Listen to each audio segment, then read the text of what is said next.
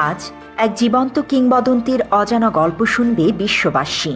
পৃথিবীতে এমন সাহসী সূর্য সন্তান শতাব্দীতে খুব একটা জন্মায় না।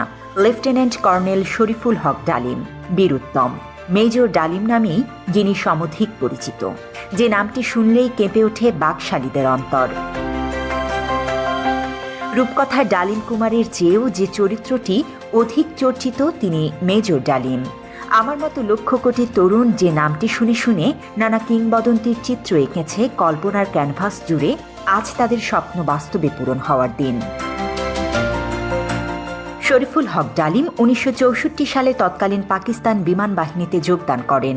1965 সালের পাক ভারত যুদ্ধের পর তিনি বিমান বাহিনী থেকে সেনাবাহিনীতে যোগদান করেন। মুক্তিযুদ্ধের শুরুতে শরীফুল হক ডালিম 20 এপ্রিল 1971 সালে পাকিস্তান থেকে পালিয়ে এসে স্বাধীনতা যুদ্ধে বীরত্বের সাথে অংশগ্রহণ করেন। মুক্তিযুদ্ধে অসাধারণ সাহস ও কৃতিত্বের জন্য তিনি বীর উত্তম খেতাবে ভূষিত হন। 1975 সালের 15 আগস্টে শেখ মুজিবের হত্যাকাণ্ডের পর তাকে সেনাবাহিনীতে পুনর্নিয়োগ করা হয় এবং লেফটেন্যান্ট কর্নেল পদে পদোন্নতি দেয়া হয়।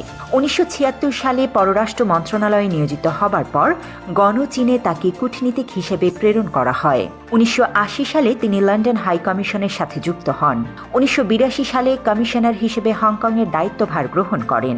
1988 সালে রাষ্ট্রদূত হিসেবে কেনিয়ায় দায়িত্ব পালন করেন। একই সাথে তাকে তানজানিয়ার দায়িত্ব দেয়া হয়।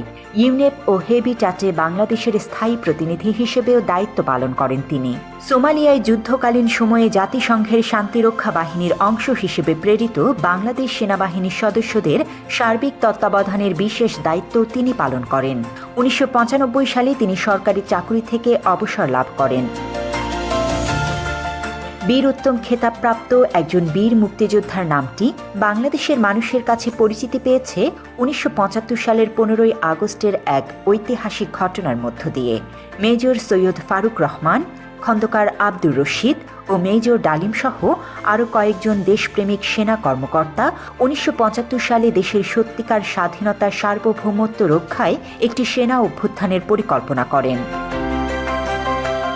1975 সালের 15 আগস্ট দেশপ্রেমিক বীর উত্তম মেজর ডালিম ফিল্ড আর্টিলারি রেজিমেন্টের দায়িত্ব পালন করেন এবং শেখ মুজিবকে পরিবার সহ হত্যা করেন। হত্যার পর মেজর ডালিম বাংলাদেশ বেতারের নিয়ন্ত্রণ নেন এবং একটি ঘোষণা দেন, আমি মেজর ডালিম বলছি, শেখ মুজিবকে হত্যা করা হয়েছে। মেজর ডালিম বলছি, শেখ মুজিব ও তার খুনি দুর্নীতিবাজ সরকারকে উৎখাত করা হইয়াছে। এই একটি ঘোষণার মধ্য দিয়ে বাংলাদেশের মানুষ সত্যিকার স্বাধীনতার স্বাদ পায়।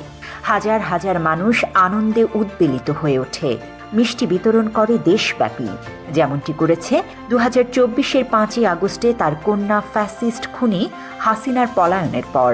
বাংলাদেশকে মুক্ত করে ভারতের আধিপত্য ও সম্প্রসারণবাদ থেকে, ইসলাম বিদ্বেষী শক্তির হাত থেকে, খুনি বাকশালী একজন স্বৈরশাসকের জগদ্দল শাসন ও শোষণ থেকে। দেশপ্রেমিক বীর যোদ্ধা মেজর ডালিমরা ইতিহাসের স্বপ্নপুরুষ। তারা ইতিহাসের সবচেয়ে বড় কুলাঙ্গারকে পরিবারসহ হত্যা করে বাংলাদেশকে জঞ্জালমুক্ত করেছিলেন। গণ অভ্যুত্থান উত্তর নতুন বাংলাদেশে মেজর ডালিমদের দেশপ্রেমিক হিসেবে স্বীকৃতি সময়ের অপরিহার্য দাবি। মেজর ডালিম কেন ও কোন কারণে মুজিব পরিবারকে হত্যা করেছে তার বর্ণনা রয়েছে তার লেখা যা দেখেছি, যা বুঝেছি, যা করেছি, আমি মেজর ডালিম বলছি ও কিছু কথা কিছু ব্যথা বইতে। যারা শেখ হাসিনার দুঃশাসন দেখেছেন কিন্তু শেখ মুজিবের দুঃশাসন দেখেননি, তাদের কাছে হয়তো ডালিম অজানা শত্রু। বাবা এবং কন্যা এ জাতিকে যেভাবে ভয়ঙ্কর দুর্বিষহ যন্ত্রণা দিয়েছেন তা হয়তো ইতিহাসের পাতায় সেভাবে কেউ বর্ণনা করেনি। গত 15 বছর মানুষ হাসিনার হাত থেকে বাঁচতে চেয়েছিল, কিন্তু কেউ ডালিম হয়ে উঠতে পারেনি। 75-এ যদি ডালিম ফারুকরা না থাকতো, হয়তো জাতি আজ আরও ভয়ঙ্কর পরিণতি ভোগ করত।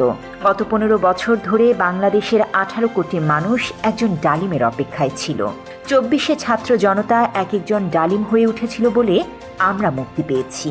বাংলাদেশের সেই সাহসী বীর আজ আমাদের সামনে। আজ সরাসরি তার মুখ থেকেই শুনুন 15 আগস্টের সেই কালজয়ী রাতের ঘটনা ও পূর্বাপর।